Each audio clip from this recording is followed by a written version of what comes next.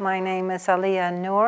I was born in America, in the southern part of America, in Louisiana, near Texas, if no one knows where that is, but a very southern state.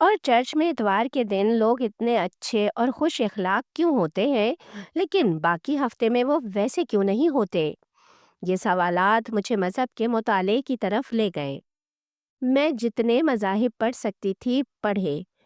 میں اپنے ان دوستوں کے ساتھ ان کی عبادت گاہوں میں جانا چاہتی تھی جن کے مذاہب مجھ سے مختلف تھے، چاہے وہ لوتھرن ہوں، میتھوڈسٹ، کیتھولک، کرسچنز، حتیٰ کہ میں یہودی اور ہندو دوستوں کے ساتھ بھی ان کی عبادت گاہوں میں گئی۔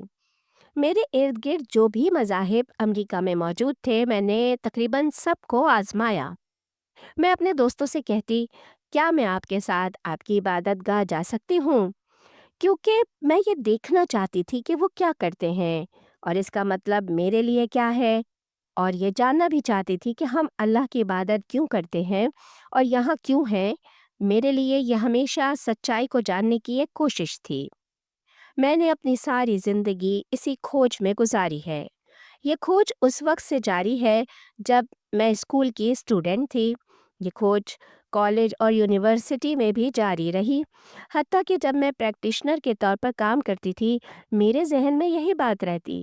مثال کے طور پر میرے لیے ہاتھ دھونا صرف مریضوں کے پاس جانے کے لیے ہاتھ صاف کرنا نہیں تھا، بلکہ یہ بھی کہ پاکیزگی اللہ کے قریب ہونے کے لیے ضروری ہے۔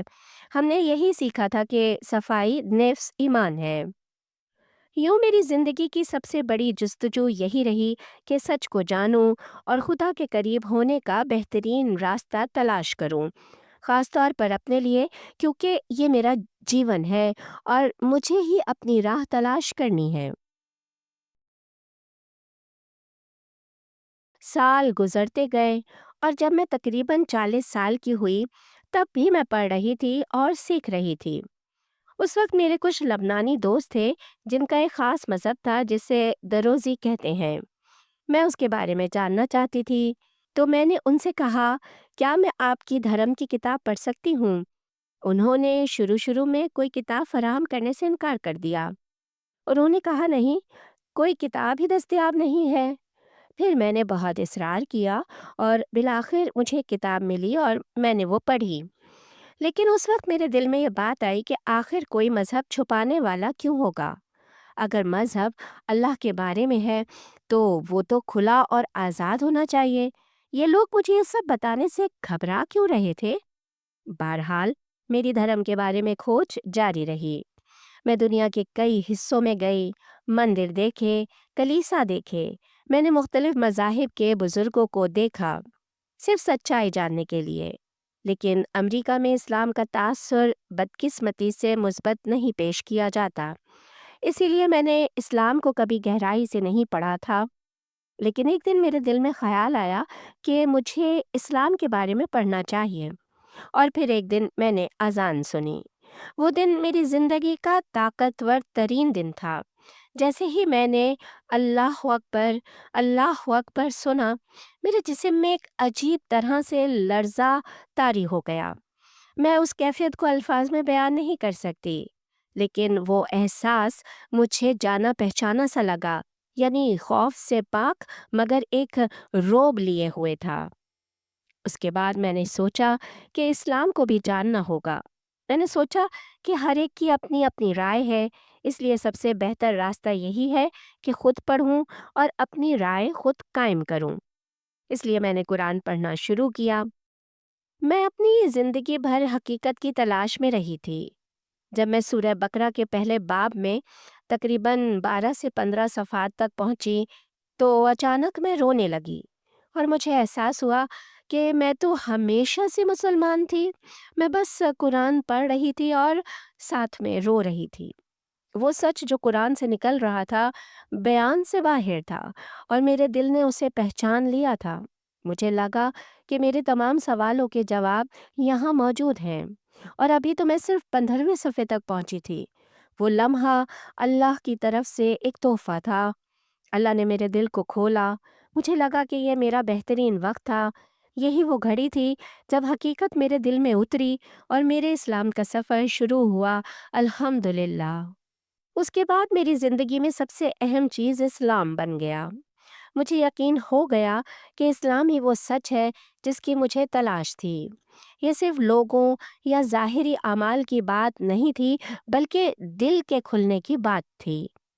پھر سوال یہ آیا کہ مسلمان کیسے بنا جائے؟ میں نے مسلمانوں سے پوچھا تو انہوں نے مجھے بتایا کہ تمہیں صرف کلمہ شہادت پڑھنا ہے۔ میں نے کہا، بس اتنا ہی؟ کیا اسلام قبول کرنا اتنا آسان ہے؟ انہوں نے مجھے بتایا کہ ہاں، لیکن دل سے یقین کے ساتھ کہ تم کس چیز پر ایمان لانے جا رہی ہو۔ چنانچہ میں نے دل سے اللہ کی وحدانیت کے یقین کے ساتھ کلمہ پڑھا اور الحمدللہ مسلمان ہو گئی۔ اسلام قبول کرنے کے تقریباً 2 مہینے بعد رمضان آیا اور میں نے پہلی بار روزے رکھے۔ پہلے تو مجھے پتہ ہی نہیں تھا کہ سحری کیا چیز ہے۔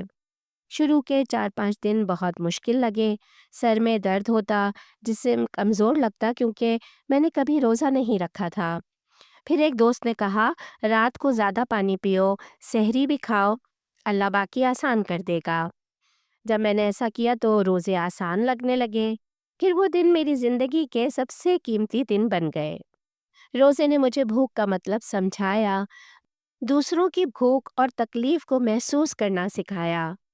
رمضان میں قرآن پڑھتے اور سکون سے بیٹھتے ہوئے میرے دل میں مزید سچائیاں اترنے لگیں۔ بعد میں مجھے سمجھ آیا کہ رمضان میں اللہ ہمیں خاص سہولت دیتا ہے تاکہ ہم اپنے نفس پر قابو پا سکیں اور شیطان سے بچ سکیں۔ اسی لیے رمضان اللہ تعالیٰ کی سب سے بڑی نعمت ہے۔ نماز کے بارے میں اگر میں کسی ایسے شخص کو بتاؤں جس نے کبھی سجدہ نہیں کیا تو میں یہی کہوں گی کہ زندگی کی سب سے محفوظ اور مقدس جگہ وہ ہے جب تم اپنا سر اللہ کے سامنے سجدے میں رکھ دیتے ہو۔ یہ سب سے قیمتی لمحہ ہے کیونکہ تم خود کو اللہ کے سپرد کر دیتے ہو۔ شروع میں مجھے عربی نہیں آتی تھی، اس لیے میں اللہ سے مدد مانگتی تھی اور اپنی استطاعت کے مطابق نماز پڑھتی تھی۔ میرا یقین ہے کہ اللہ ہم پر ہماری طاقت سے زیادہ بوجھ نہیں ڈالتا، لیکن آہستہ آہستہ میں نے سیکھا۔ اصل بات یہ ہے کہ سجدہ اور دعا ہی سب سے ضروری ہیں۔ جب میں مسلمان ہوئی تو میرے دوستوں اور خاندان کے رد عمل مختلف تھے۔ کچھ نے سپورٹ کیا، کچھ نے برا بھلا کہا اور سمجھا کہ میں غلط راستے پر چل پڑی ہوں۔ لیکن حقیقت یہ ہے کہ میں وہی انسان ہوں جو پہلے تھی، صرف اب صحیح راستے پر چل رہی ہوں۔ اسلام میں عبادات جیسے نماز اور روزہ وغیرہ دراصل اللہ کے لیے نہیں بلکہ ہمارے اپنے لیے ہیں۔ اللہ کو ہماری عبادت کی ضرورت نہیں، یہ سب ہمارے لیے ہے تاکہ ہم بہترین بن سکیں، اپنے نفس پر قابو پائیں اور دوسروں کے حال کو سمجھ سکیں۔ اللہ نے جو کچھ ہمیں دیا ہے وہ سب ہمیں بہتر بنانے کے لیے ہے تاکہ ہم دوسروں کے لیے بھی بہتر بن سکیں۔ بس یہی میرے اسلام قبول کرنے کی کہانی ہے۔ میں امید کرتی ہوں کہ یہ کہانی دوسروں کے لیے ہدایت اور رہنمائی کا ذریعہ بنے گی، انشاءاللہ۔